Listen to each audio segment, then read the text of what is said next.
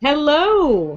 Welcome, everyone. This is Nikki, and we are having a live video hangout, which we were not expecting to, which is why we didn't announce it, and we're very sorry.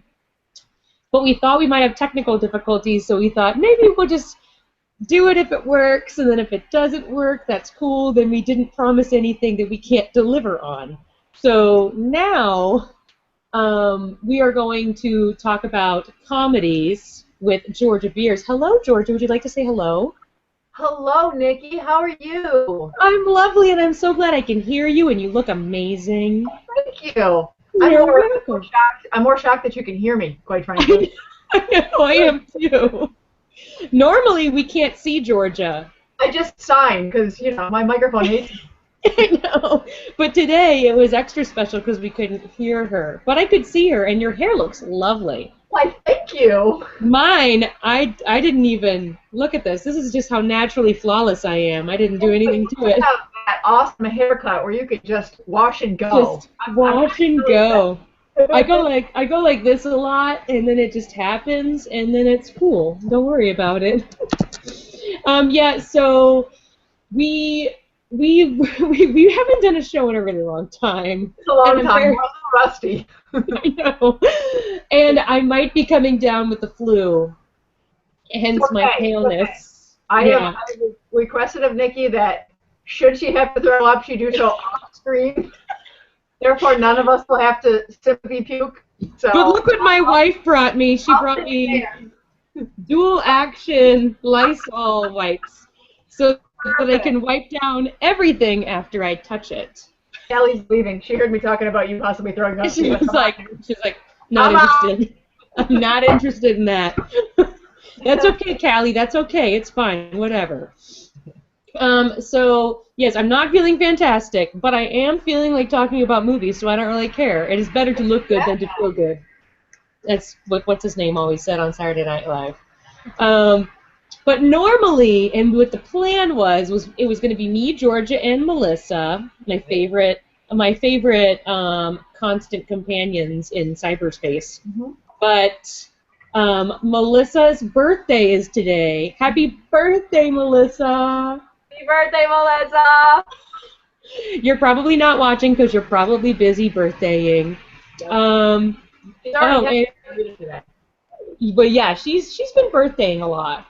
Yes. So she's allowed to miss. So yeah, we were gonna have 3 movies because we normally talk about 3 movies, and it usually takes about an hour, maybe more.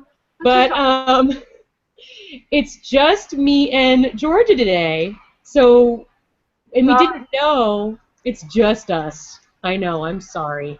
People are running away now. They're shutting off their computers. I know. Get out! I don't care about you. They're like, I wipe my hands. The blonde. I came for Braden. Exactly. Well, get over it. The brunettes are here.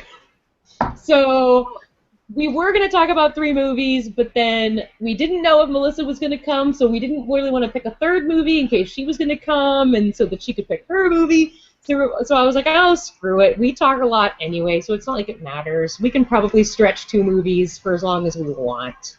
Like 5 hours, easily. Yeah, we can. Well, we have 8 hours on the Hangout, I see. No problem.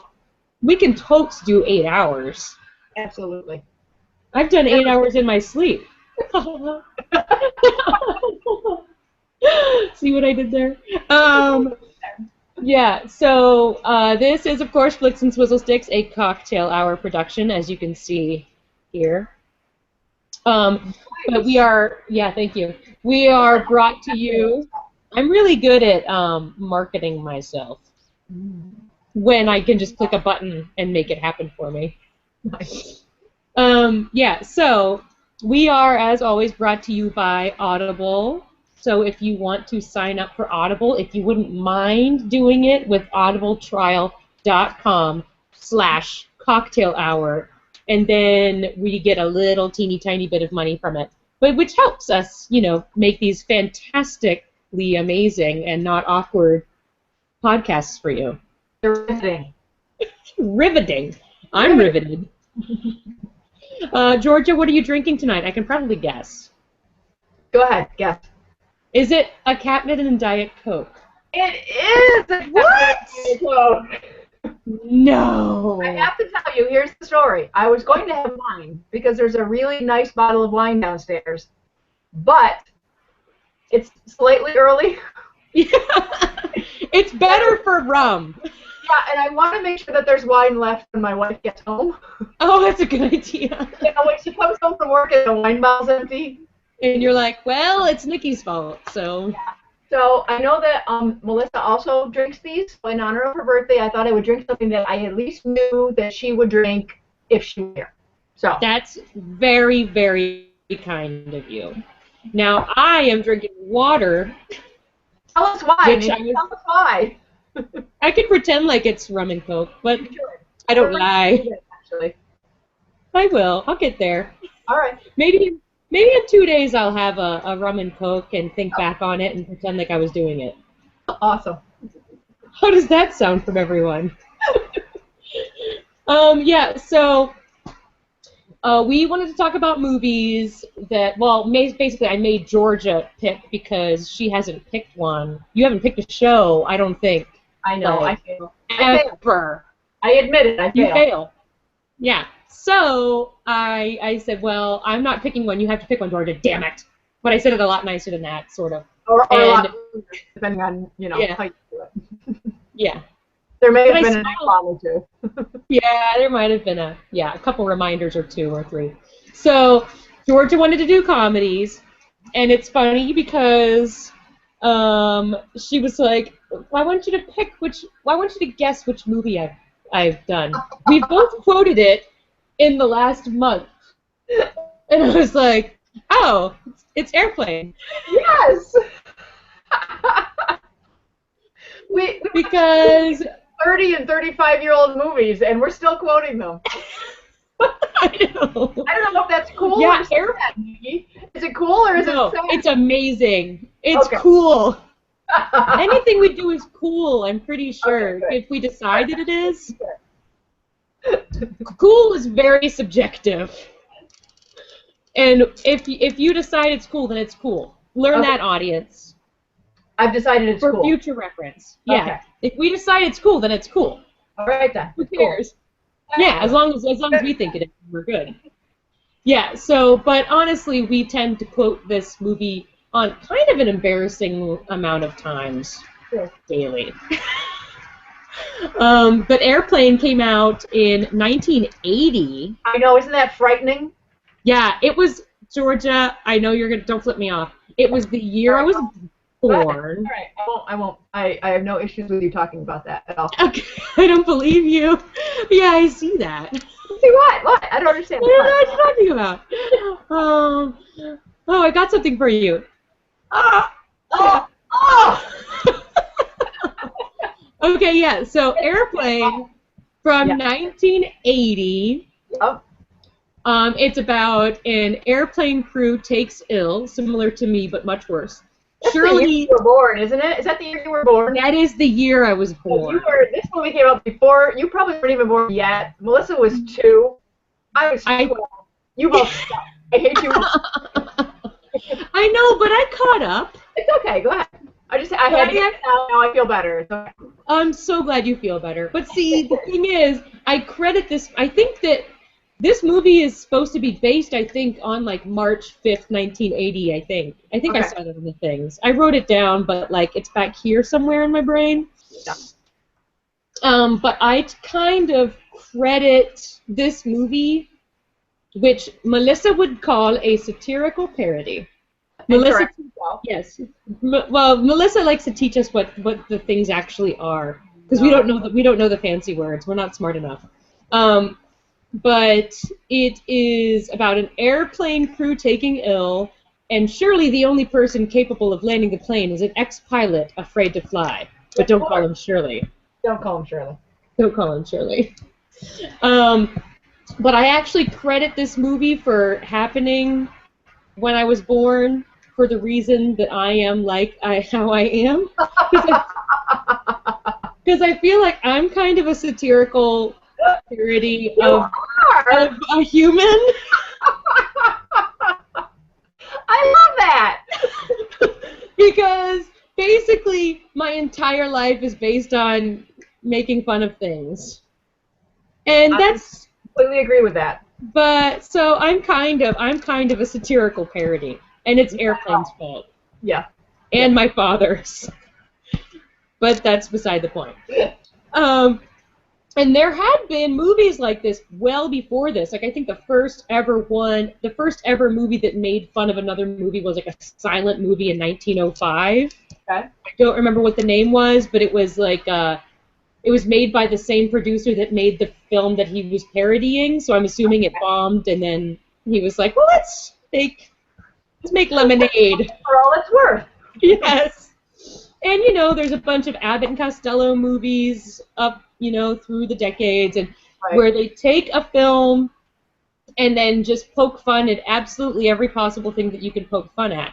However, Airplane feels like a different kind of satirical parody. I feel like it started off this new resurgence in parodies.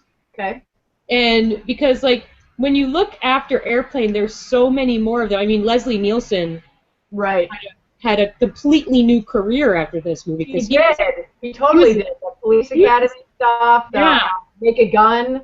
Yes. And even if you want to go further in time, then you have, like, the Wayans brothers doing all the scary movies. Yes, and like Not Another Teen Movie. Exactly, and there's a lot of them. Meet the Spartans, and like basically every movie these days. Yes. Oh yes. But every movie that comes out every year nowadays tends to get made fun of in some version of a satirical parody. True. And I don't think that they used to do that as much. I agree. I feel like they're all trying to be like, yeah, we can do it, except Airplane did it so well. And Mel Brooks also did it so well. Right, and I think when Airplane came out, in the 70s, there had been a rash of disaster movies. That was like the big, that was the type of movie for the 70s, was the disaster movie. There was Inferno, and Airport, and all of the, like, things are crashing, the world is ending, buildings are falling down. So that's part of where this came from. Yes, exactly. And actually, this movie is parodying almost directly two of those movies, Airport and then one called 0 Hour, which also has the exclamation point, much like Airplane has the exclamation point in the title. Yeah. I know. It's not Airplane, it's Airplane. Extra funny. Yeah. It's like when you say it, you have to like open your eyes really big. So it's 0 Hour and it's Airplane. Yeah, but it's funny because they actually take lines directly from 0 Hour, and I'm sorry, I didn't have time I wanted to watch 0 Hour in preparation for this movie, but I ran out of time. I decided to go visit my sister instead. I did not. I would have done that. You gotta tell me these things. I'm sorry. Next time, I'll be like, no, we should probably like prepare ourselves. Why? I know, this is so much more fun. It's much more fun to just talk about things that might be true, and then people come along and be like, you guys are stupid. We just make stuff up. Yeah, it doesn't matter. People will believe us because we're on the internet. Yes, exactly. But there's like, you know, the line where it's like, you know, oh, we need to find a pilot who also didn't have the fish. Who didn't have fish for dinner. Yeah, who didn't have fish for dinner. That is like a direct quote from 0 Hour. Oh my god, that's hilarious. Every time I say it, I have to go like this. 0 Hour. Which is so funny because it was done completely straight in that movie, and it wasn't intended to be satirical at all in 0 Hour. It was supposed to be a very serious movie about a disaster, and we should really worry about these people because they had the fish. But when you take it and put it in a movie that says it's going to be a parody, you're like, oh no, I'm allowed to laugh at this because this is really stupid. Absolutely. Really stupid. So, Georgia, why don't you tell me, do you even remember the first time you've seen this movie? I don't. It was not in the theater because I was 12. Yes. It was probably when HBO was a thing, when it first came out, and it ran movies and only movies all day long and all night long. And it was amazing. Whenever we visited my grandparents, I would stay with my cousin Michael at his house, and we would lay on the living room floor and just watch HBO until like 3 in the morning, until our eyeballs were melted to our heads. We were just. Oh my god, that sounds like my dream weekend. Yeah. So I suspect that is the first time I saw Airplane, but I saw it many times after that, and so I've probably seen it 20 times at this point in my life, and I laugh out loud every time. There are parts of it that I just crack up and think they are so. Bonnie goes through the room, rolls her eyes, and keeps walking. Like, how can you watch this movie again? Oh my God! You're like, are you serious? I still quote it. Yes, Michael and I went and saw it last year at midnight showing. They were showing it at the AFI Silver. I've never seen it with an audience. That had to be awesome. It was amazing. All of us were quoting. I mean, there weren't that many of us there because it's kind of like people that would go to a midnight showing are the people that would quote the whole movie, like me. Yeah. If you were there, you would have been quoting it with me. But it was cute because we all sat like in the same little section, and we all like just spent the whole time quoting it, which was kind of magical because I'd never seen it in the theaters before, and I was really excited. When I watched it again, what's today? Monday. I think I watched it Friday. Mm-hmm. There are just parts of it. There are parts that you always remember and that you quote, and then there are parts that you forgot about that are so funny. Always. The whole part with Lorna Patterson being all upset because she's not married. Yes. She's like, well, at least I have a husband. Like, I'm doing all right, but at least I have a husband. Which actually really reminds me of, I didn't realize it until this very second when you said it. It reminds me of that part in Bridesmaids with when she's being introduced at the engagement party, and the girl from the office is like, wait, let's reverse that. You don't have a husband. And I didn't realize that until just now, but I was like, that really sounds very similar. I wonder if they kind of like sampled that a little bit. But it's so interesting because I remember watching this movie as a kid, and there are tons of like really inappropriate humor. God, yes. Oh God, yes. The guy's talking jive. Come on. Yes. That would never be in a movie now. No, excuse me, stewardess. I speak jive. I speak jive. Oh, hey. Isn't it Steven Cleaver's mother? Yes. It's June Cleaver. Which makes it even funnier. I know. Excuse me, stewardess. I speak jive. But what's really funny about that part is that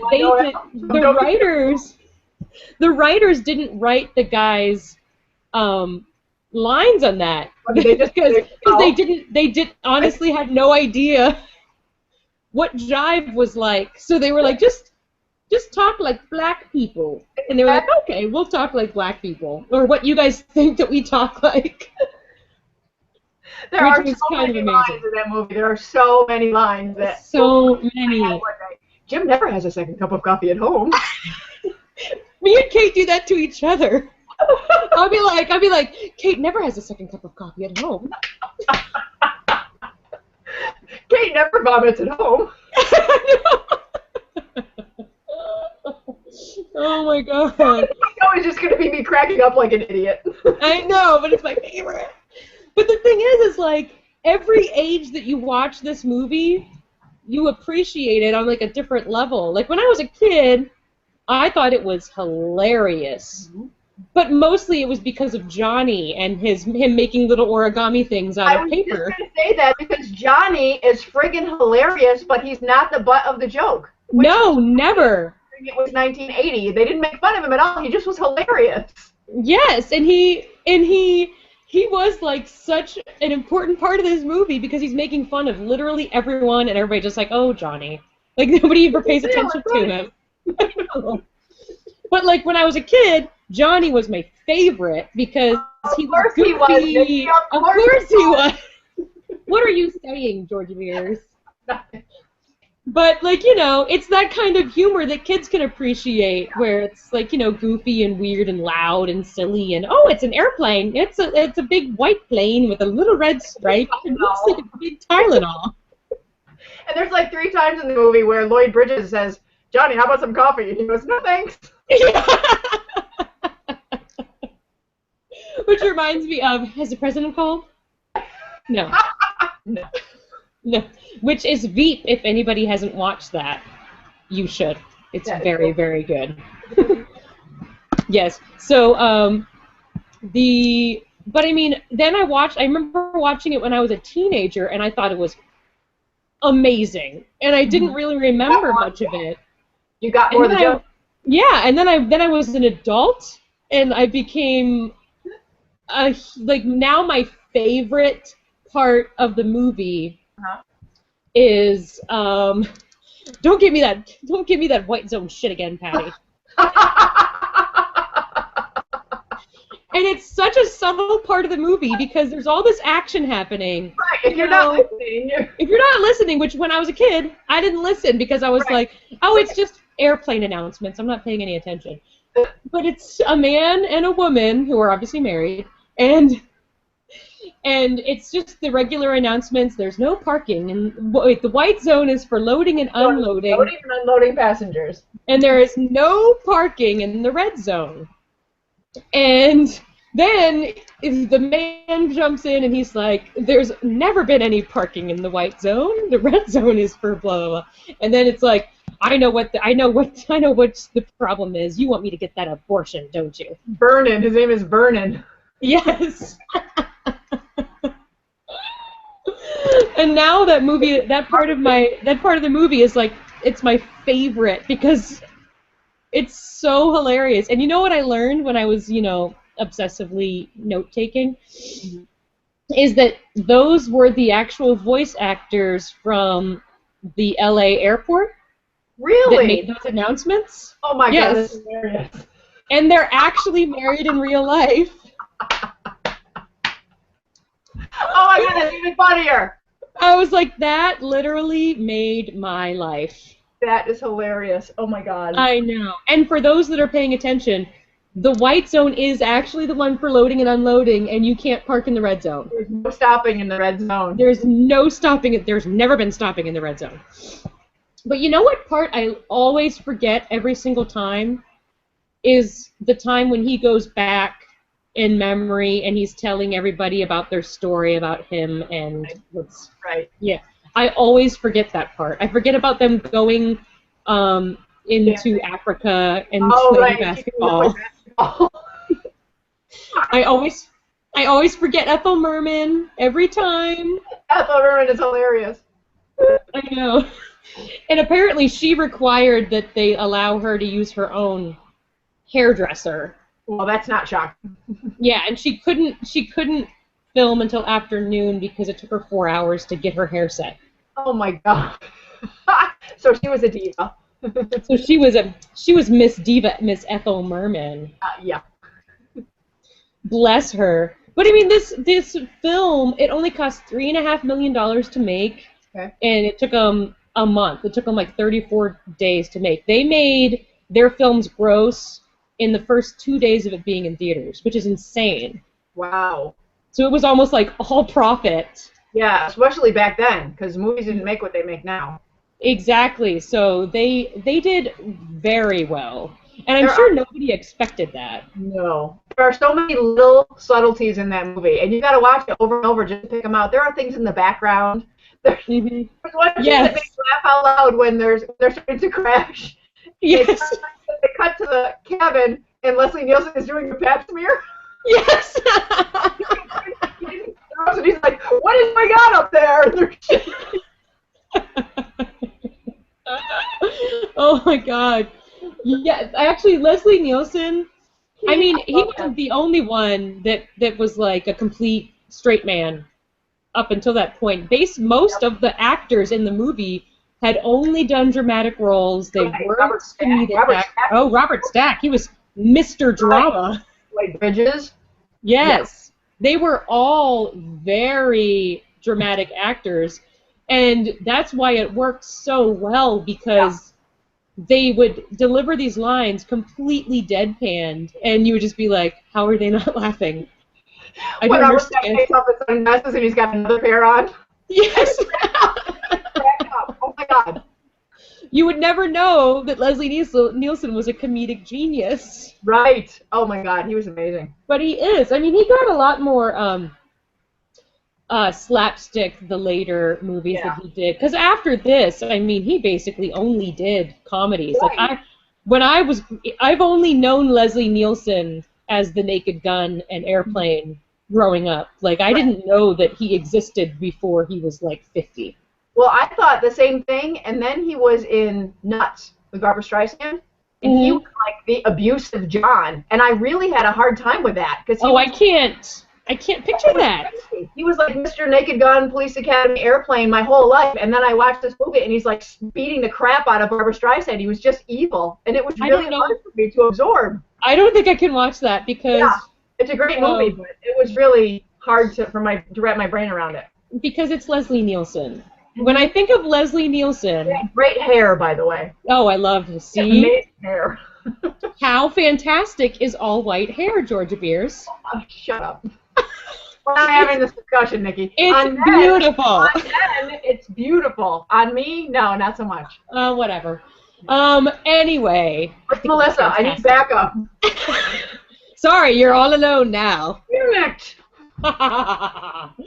But anyway, yeah, like whenever I think of Leslie Nielsen anytime in my life, because I have him associated as the doctor in Airplane and Naked Gun, in the first Naked Gun specifically, him saying, "Nice beaver." Nice beaver. I just was thinking of that.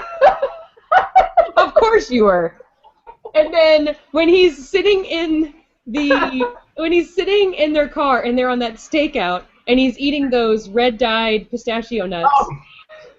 And his lips are all dyed pink, and then he's trying to get out of his car, and there's like 100 pounds of pistachio shells, and I was like, that's exactly how I eat pistachio shells. I don't eat one pistachio, I eat 8 million pistachios. You can't eat one pistachio, you have No.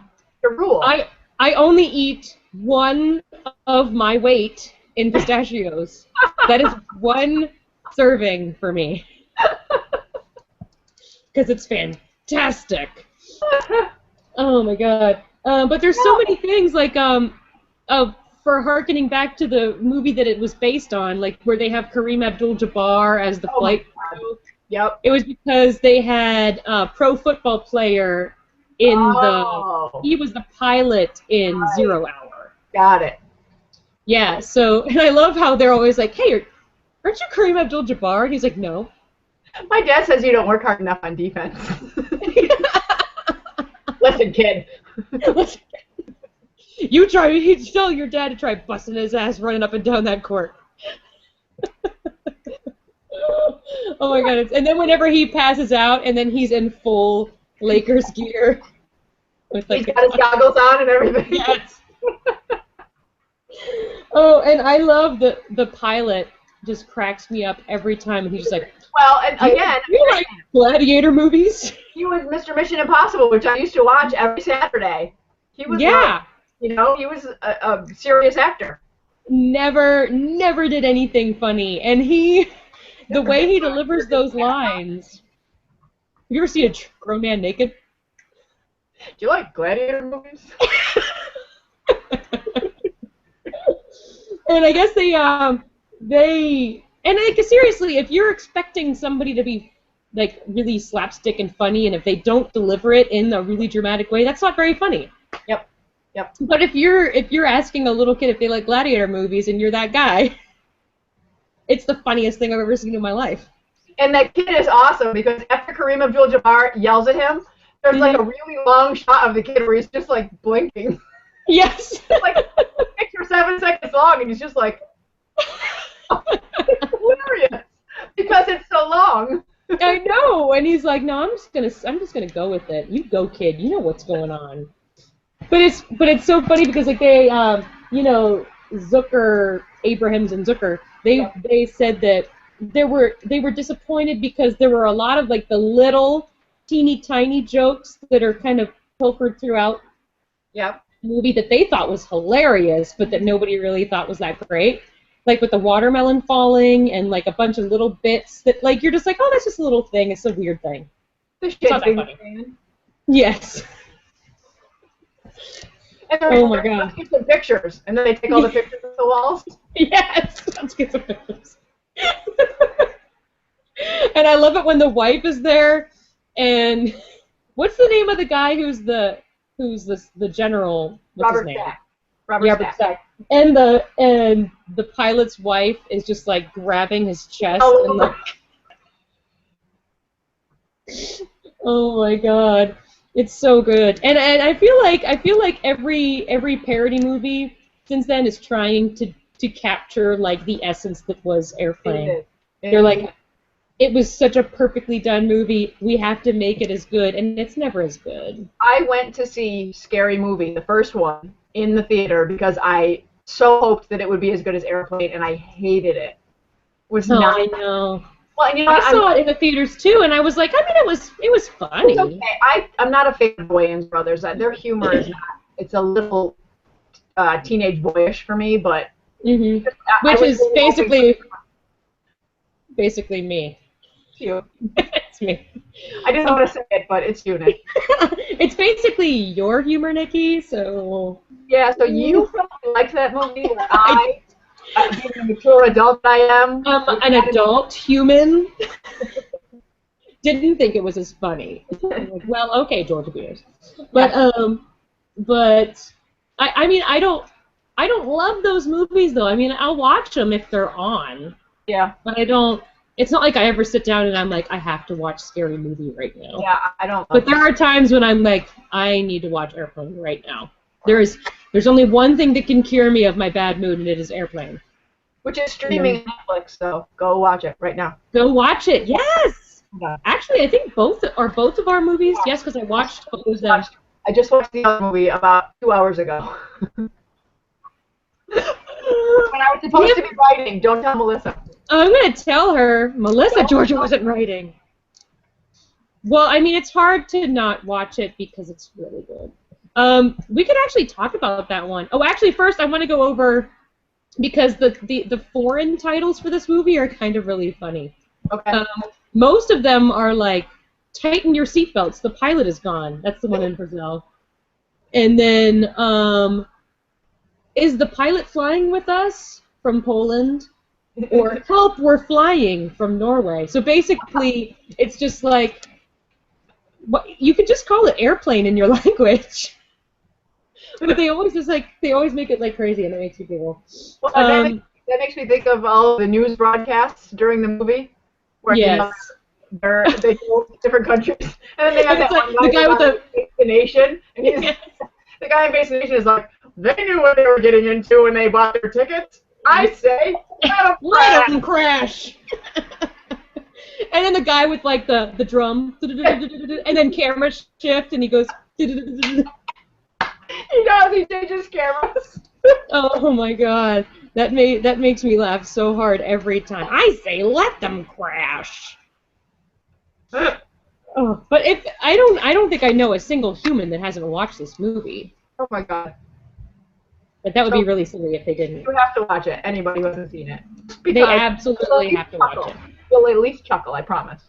If you don't laugh at least 18 times in this movie, then I don't want to say like we're not friends. We're not friends. I don't know if Melissa watches. I don't know if Melissa laughs that much at this movie. Oh. But we love her anyway, so she gets a free pass. It's her birthday. She gets a free pass. Anybody else? On her birthday, maybe tomorrow. Yeah, tomorrow we're on it. But the second movie we're going to talk about, and see, look, we've already talked about this for 30 minutes. We don't need 3 movies. What? We're like fish in a fish tank. We just kind of fill up whatever space we need. I'm just like, hey Georgia, you want to come on and talk about pencils? And Georgia would be like, hell yes, I love pencils, because she does. And then we would literally talk about it for an hour if we had an hour.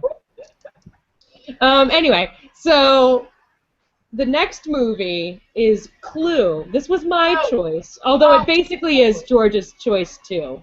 So funny. I think that the beginning of when I realized that Georgia was my movie soulmate was whenever we both knew all the quotes to Clue. Because that's my shit. That's my shit. You know what is the main quote from Clue? Bonnie and I use it all the time. Well, my main quote is flames. on the side of my face, breathing, heaving flames. I just watched it 2 hours ago, and when that happened, I immediately thought of you. Immediately. Every time I'm angry, I'm Mrs. White. I am Mrs. White about this. There are two. What's yours? 2 quotes that I love, love, love. The one that Bonnie and I still use to this day. Mm-hmm. Make a long story short. Too late. Too late. Oh, too late. Well, this has been going on for a long time, but let me shorten it up. Too late. Too late. The other one that I think is so funny is really kind of subtle, and you might miss it if you're not paying attention, but in the beginning, they talk about Mrs. White's husband dying and being decapitated. Yes. And so later, when they're trying to decide why nobody understood that Mr. Body was not dead, Mrs. Peacock says, well, maybe we should have cut off his head to make sure. And she's like, well, that was uncalled for. That was uncalled for. I know. I always forget that because you don't. It's so quick. Well, that was uncalled for. That was uncalled for. But you don't even notice that that's a reference to an earlier part of the movie at all. And exactly. Madeline Kahn was a comedic genius. She is my queen of all things. She makes some sounds in this movie that made me laugh. She just like little shrieks and screams that are so funny. Her noises and her face. And I'm just like, how do you? It's just. Well, I want to be her. I want to. How do the actors around her not just bust out laughing? I have no. I guarantee you, they made like 18 million takes of this movie. They had to, with Tim Curry running around. Yes. And just like her, and with her hat, and she's just always so just. Oh, we should probably describe what it is because honestly, not that many people watch this movie. Right. I'm sure that the like one person that's watching this, I'm sure Carlene is watching this, and she's like, I know that movie. We know you know that movie, Carlene, because you're a genius. Yeah. But it's from 1985. Right. And 6 guests are invited to a strange house and must cooperate with the staff to solve a murder mystery. And it's the first movie ever based off of a board game. Which is hilarious because that is happening all the time now. Board games and video games. Constantly. I know. Constantly. Well, this is the first one, damn it.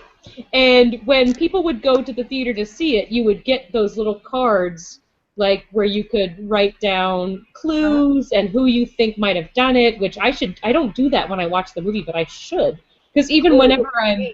Did you have the game? What's that? Did you have the game when you were a kid? Oh yeah, we grew up playing it. It was fun.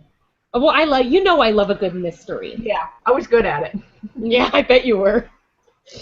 But it basically flopped in the theaters because I mean it is kind of confusing. Yeah, it's an acquired thing. It really is a specific kind of a movie. It's a very specific kind of a movie, and for very specific people like us, it is the best movie ever.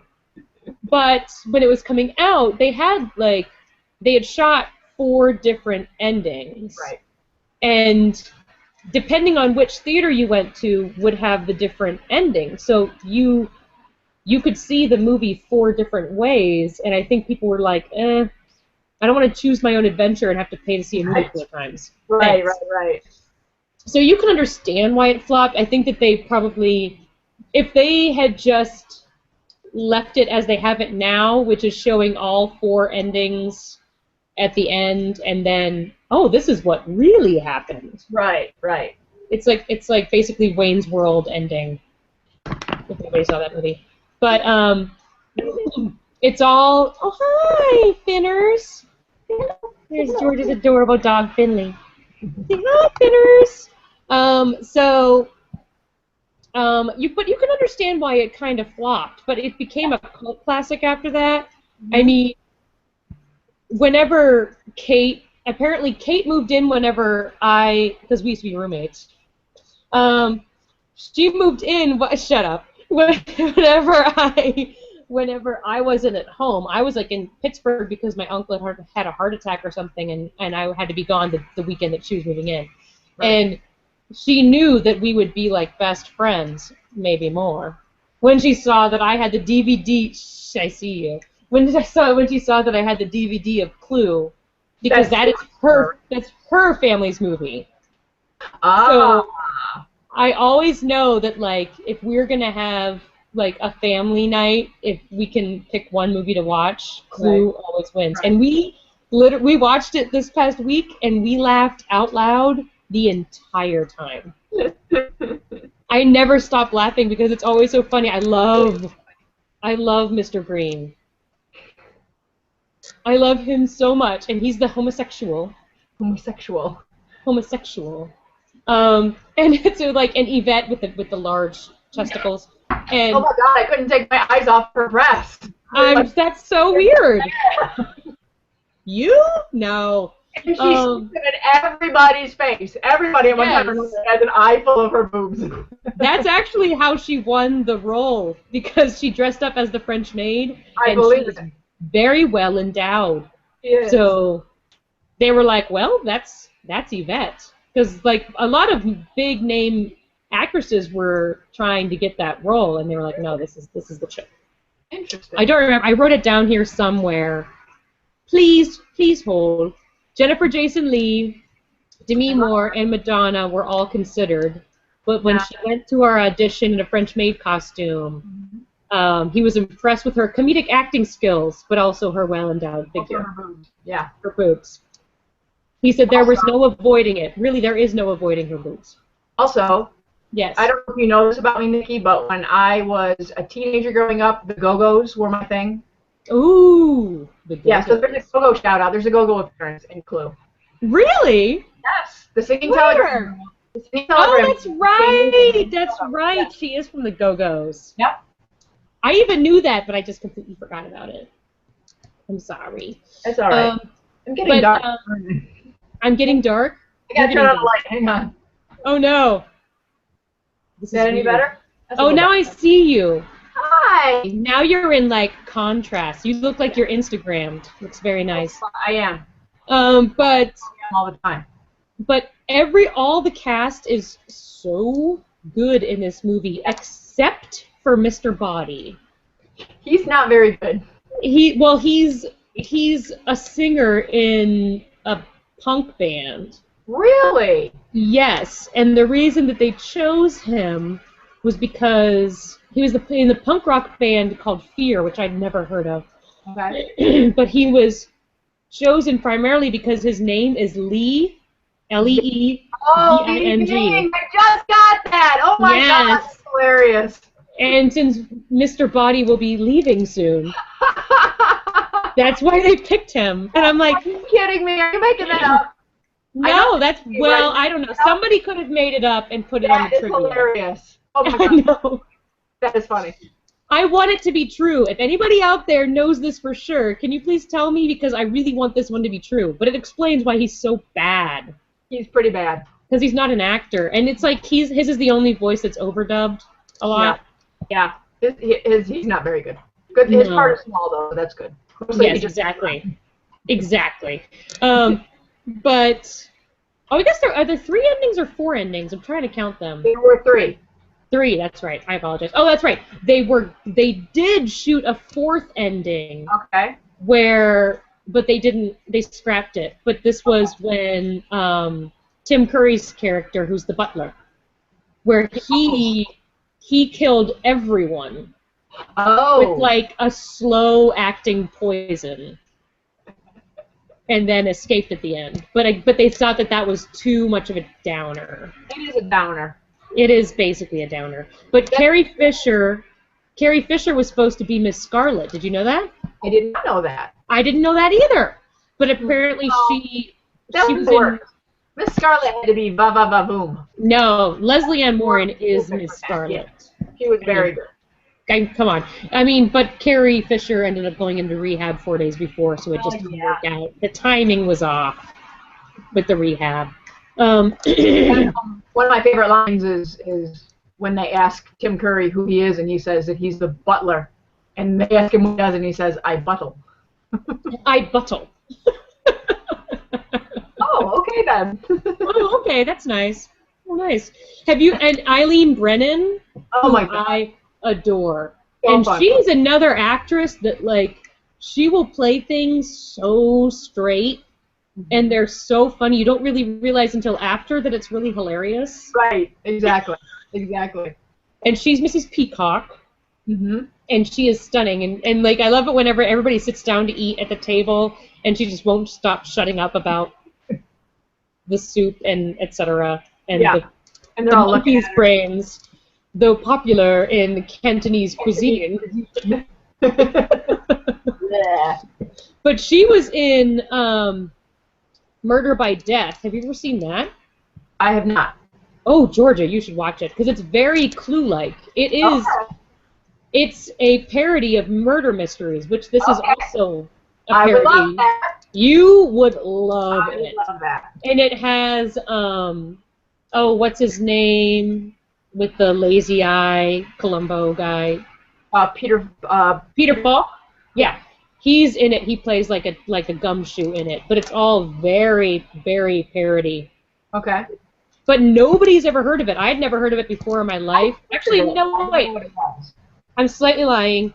I had seen this movie. Stop lying, Nikki. I'm sorry, I didn't mean it. But I had seen this movie when I was a very little Nikki, and then I only remembered like snippets of it. And then Kate was like, "Well, we have to watch Murder by Death," and I was like, "I don't know that movie. I've never seen it. I don't know what you're talking about." And then whenever we started watching it, I was like, "I do know this movie." Aha. But it's kind of super racist because what's his name from the Pink Panther plays a very stereotypical Asian man. Okay. But the rest of it is very good. So anybody who is sensitive to that would probably look it up. You should look it up post haste. I will. But Eileen Brennan was in both of these movies. I think she played actually Peter Falk's girlfriend that he is totally uninterested in, basically, in the Murder by Death movie. Interestingly, Eileen Brennan from Clue and Lorna Patterson from Airplane were in Private Benjamin, the TV series, together. Oh! That's right, you were talking about the TV series, which I have never seen, but Eileen Brennan was also in the movie Private Benjamin. Yes. Yes. Which is an excellent movie, if you guys haven't seen that. Goldie Hawn, definitely. Also, yes, so good. Probably one of my favorite Goldie Hawn movies. But this movie is also full of really, really good quotes. But I think I quote this movie actually more than Airplane, and I think it's only because of the situationalness of the quotes. What do you quote a lot of? What's your favorite quote? Well, the flames. The flames, yeah. I do that a lot because when people make me angry, that's you the get only. An email too. You'll send me an email that says yes. Breathing flames. It's on my face. And that was all ad-libbed, by the by. That does not surprise me. No, because she's the queen of all things. Well, and if you watch that scene, Martin Mull is standing behind her, and he's got a little tiny bit of a... like, I would have fallen on the floor laughing. Oh my God, I couldn't... going on, because you know he's trying to hold it together, because she is cracking him up.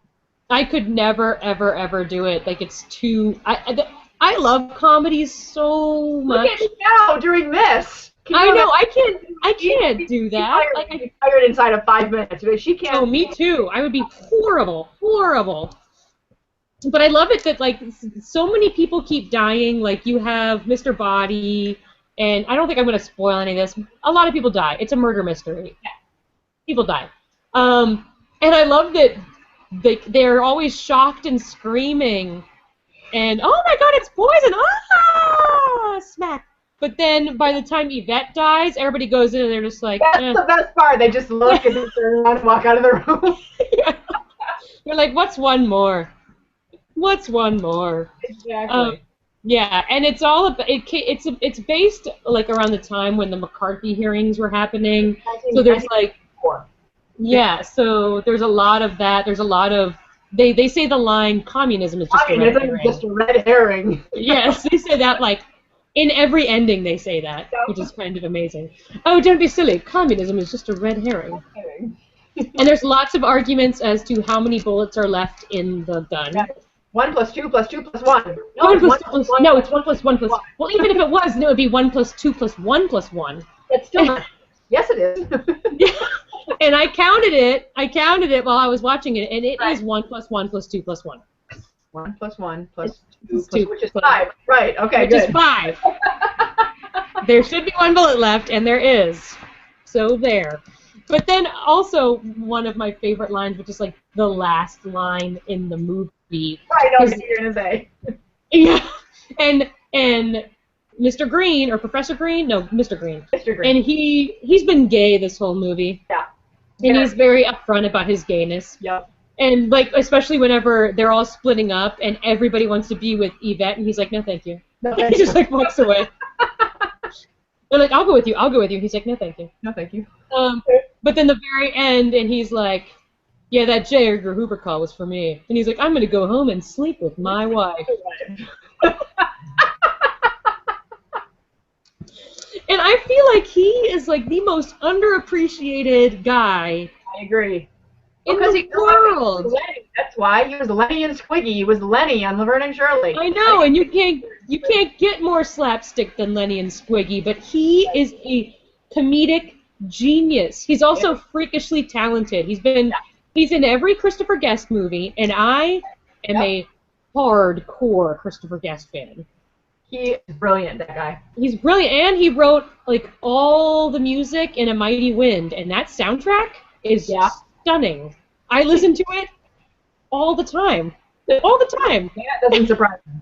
I know. It came out like over a decade ago, and I still listen to it all the time. Michael, my brother-in-law, and I still have dance parties, and if we ever want people to actually, we finally got people to answer. We live like right on a main street. Right. I should tell you people this so that you know how weird I am. And we open up our windows, and we sing really loud, and we dance, and we try to get people to respond because no one ever looks. No one ever looked? No one ever looks because you don't look at the weirdos singing out the window. But if you sing A Mighty Wind, people look. So if you want crowd interaction from outside your city window, you cannot do worse than A Mighty Wind soundtrack. That's what I've been missing. Crowd interaction outside my window. Gotta get on Georgia, that. I will fix this for you. I got a copy. I will hook you up, and then you can be a part of this, and it's a beautiful thing. I can hardly wait. Oh, thank God. Oh, but like, I can't even process my thoughts as to how much I love this movie. Which I know that this is like basically us fawning over our favorite movies, but They're right. That's what it's I don't for. really care. Do you care? Boss. I mean, it's our show, so we can do whatever we want with it. Exactly. Hello. Hello, but please watch this movie because I want this movie to have so many fans because it deserves all the fans. It does. All the fans. Now, this movie is not a satirical parody. It's not. I don't believe it is. Although Melissa probably knows like an actual definition of it that probably might include it. Just watch it before she judges. Yes, but this isn't like parodying anything really. It really is based off the board game. It has the same. Yeah, it's a slapstick comedy. It's not even that slappy actually. Not It's just really. really. It's just the ending with Tim Curry running around through the Yeah. kind of slapstick. Yeah, exactly. But every time I swear I will walk down the street, and if somebody's like running really quickly, I'll go. Because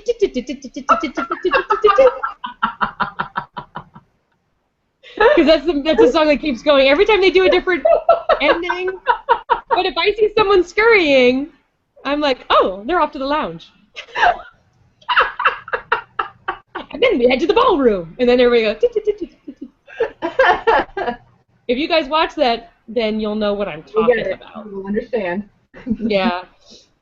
But normally I have us rank these, but there's only 2 of them. You can't really rank them because they're equal. They're equal, so I'm throwing away that rule today. I like that. So I love Clue, and I also love Airplane. I love them equally for different reasons, and you can't make me choose, and I won't. Agreed. Agreed. Yes. Excellent. But I think that we can, honestly, I think we can have this show like 5 or 10 different times because we both love comedies so much. Mm-hmm. And there's so many different kinds of comedies to choose from. There's some we good could stuff. go on. We could go on forever.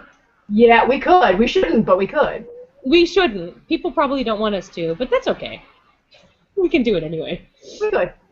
Yeah, but this show will be available immediately after it's done. YouTube automatically archives it, and so if you missed it or came in halfway through, no big whoop. You can either go to YouTube, yes, or the Google Plus page, or you can go to cocktailhour.us, and it'll be on the post, and then you can watch it. Excellent. There you go. It'll be so much fun for you. And we're also going to, since it is Melissa's birthday, I kind of made her something with the assistance of a lot of adorable people, Georgia Beers included. But I'm going to try to figure out if I can get the MP3 uploaded for the end of the actual video show, because that would be kind of sweet. But if I can't figure that out, wouldn't that be cute? It would be. Definitely. I could just put a big picture of Kermit and then have the MP3 play. But if I can't figure that out, then I'll just add it to the end of the audio-only show, which will be available this week. So either way, if you don't want to listen to us gab the entire hour again, you can just fast forward to the last. You don't want to listen to us. Come on, Nikki. I know, over and over on a loop. Being silly. Do they have an auto replay on this? Because that's what people probably do. They need that. They need that for us. But thank you for joining me, Georgia.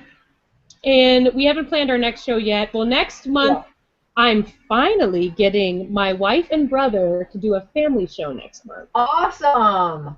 That'll be good. We'll probably just pick some of our just favorite family movies and talk about those, which would be Clue, but no, I had to use Clue for this one because it's my favorite comedy ever. And then the month after that, I believe I'm finally going to get Lynn Ames to be on a show. Nice. Because we talked about it in Provincetown, but she hasn't picked a theme yet, so if you're listening, Lynn Ames. Hard to pick a theme. It is hard to pick a theme.